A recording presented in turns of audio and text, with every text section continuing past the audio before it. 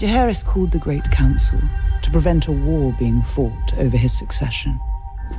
For he knew the cold truth. The only thing that could tear down the House of the Dragon was itself. I love prologues. I thought to ground people in the new world, we needed some kind of epic opening that would give people a footing to understand where they were. And I just kept coming back to the Great Council because it was this really substantial event, significant event that had happened before our time, but really set in motion a lot of the things that we were going to see over the course of our story.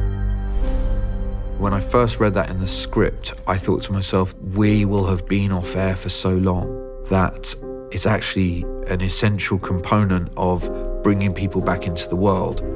And it felt like there was no one else that could tell that story.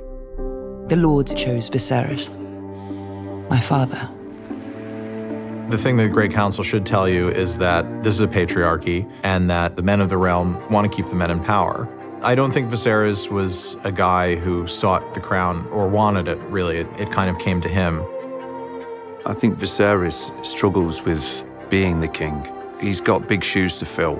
Jaehaerys, the king that went before him, was a peacetime king. And I think Viserys feels a duty to honor his reign in a way and try to keep peace amongst the kingdoms.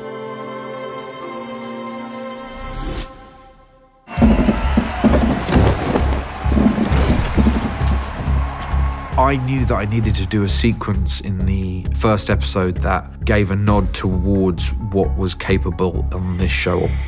And a tournament was something that was exciting.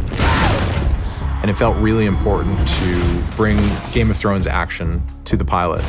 Sword! And the reason we chose a tournament is because a tournament is essentially playing at war.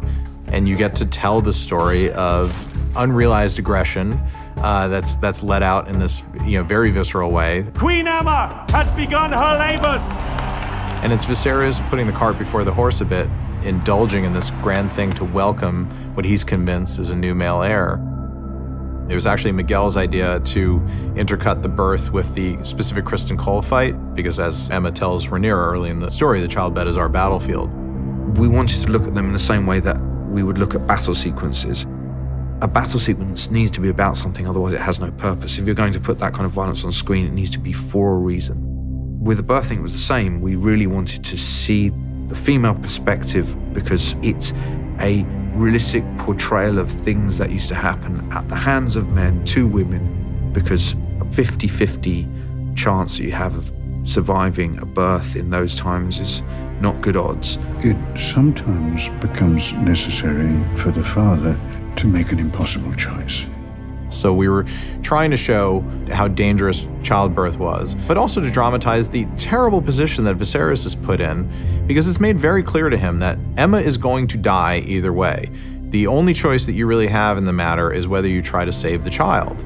And he knows that it's his duty to put forward a male heir, especially if his wife is not going to make it, not be able to generate another heir for him. So that's what motivates him to make that decision with the Grand Maester.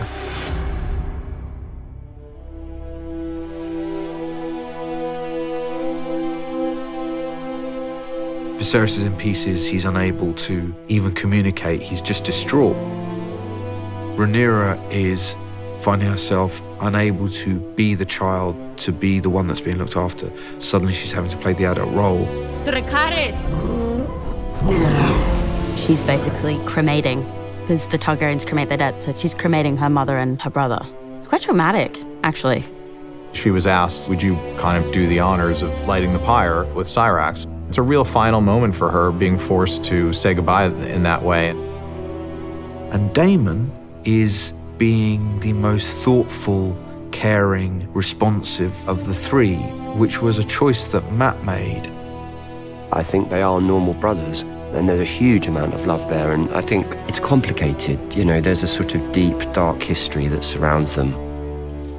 Daemon's a complicated guy, but he's not a monster. I mean, this is his family. He does love his family, particularly loves Rhaenyra. And look, his brother is shattered, and I think he feels for them. I do hereby name Rhaenyra Targaryen, Princess of Dragonstone and heir to the Iron Throne. It's a really important scene for the pilot because obviously it's the thing upon which all the future drama in the show is going to turn on, the fact that Rhaenyra was named heir and supplanted Daemon. Viserys chooses Rhaenyra in part out of guilt for what he did to Aemma, and in part out of love because he wants her to be happy to fulfill her own potential. Rhaenyra sees it as the first time that she feels that she's good enough for her father. She's also the first woman ever to be named heir. Viserys was named heir over someone who should have deserved it, Princess Rhaenys. So she kind of feels like there's like a reprimand in that. There's something else that I need to tell you. Viserys is obsessed with the idea that they may be around the corner from the end of the world. And we felt like it was a really good way of adding this weight to the notion of Rhaenyra becoming queen. Instead of her wanting to do it out of ambition, she was being handed down a responsibility to bring everybody together to fight the incoming White Walker problem that, in fact, we knew would not show up for another 170 years. Aegon called his dream the Song of Ice and Fire.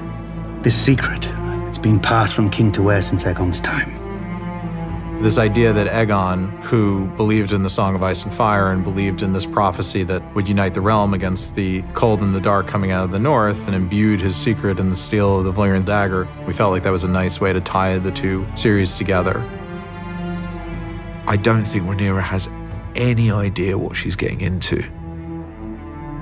Viserys is very protective of Rhaenyra, whereas at the same time can see the potential within her to be a great ruler, and he goes against the grain in naming her heir.